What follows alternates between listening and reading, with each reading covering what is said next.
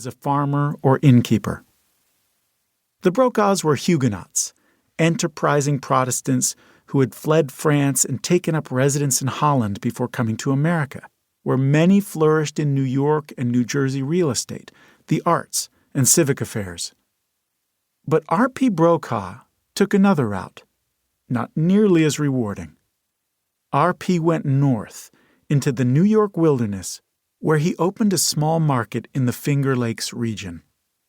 He was a quartermaster and clerk for the North in the Civil War, emerging with a modest pension to finance his trip to the new territories in the American West.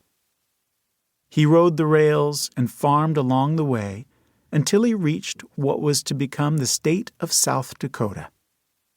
Founders of the Milwaukee Road Railroad saw opportunity in the eagerness of the new immigrants to take advantage of land bargains.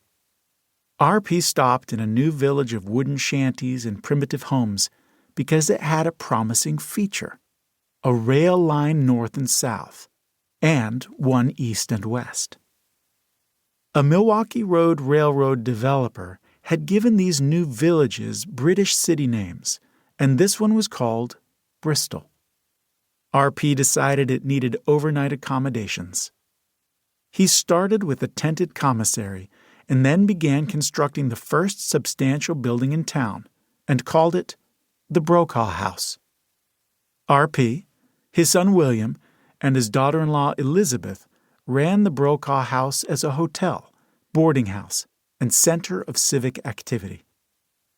By 1889, South Dakota, with statehood, began to attract more settlers, but it remained a frontier. William would meet incoming Milwaukee Road trains as they arrived on that stretch of the prairie. He would greet the passengers with a pitch for Elizabeth's home cooking at the hotel, saying, "If you don't get enough to eat, it won't cost you a dime." The Brokaw House was famous for its dining room, which featured lace tablecloths and an elaborate Sunday menu of oyster stew, roast turkey, duck, roast beef, lamb, tongue salad, mashed potatoes, suet pudding, apple mince, custard and blueberry pies, ice cream, and assorted cakes, all prepared by Elizabeth in a kitchen with an enormous wood-burning stove, while her ingredients were kept fresh by great blocks of ice packed in wood shavings in an ice house. Somewhere along the way, a Roman Catholic priest converted Elizabeth, and she became a devout Catholic, rejecting the Huguenot connection.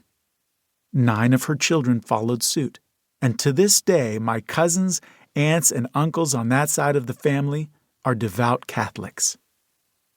In the fall of 1912, William and Elizabeth were expecting their 10th child. That was my father, and somehow the Catholic priest missed him in the conversion crusade.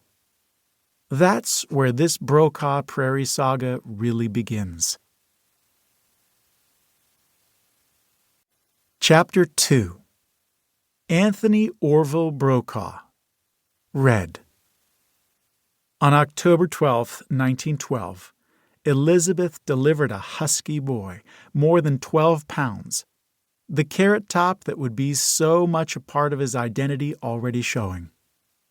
This latest addition to the Brokaw family would soon shed his baptismal name and become known first as Snooks, after a newspaper cartoon character, and then, for most of his life, as Red. Red came into the world as American politics was in turmoil. He was born during the presidency of William Howard Taft, a portly Ohio Republican who had the blessing of the outgoing president, the rambunctious Theodore Teddy Roosevelt. Roosevelt, ever the contrarian, soon became unhappy with Taft and split from the Republican Party that had elected him president. Instead, TR ran as the nominee of his own invention, the Bull Moose Party. Woodrow Wilson, a scholar and former president of Princeton University, was the Democratic nominee, and when TR divided his own party, it opened the door for Wilson to be elected.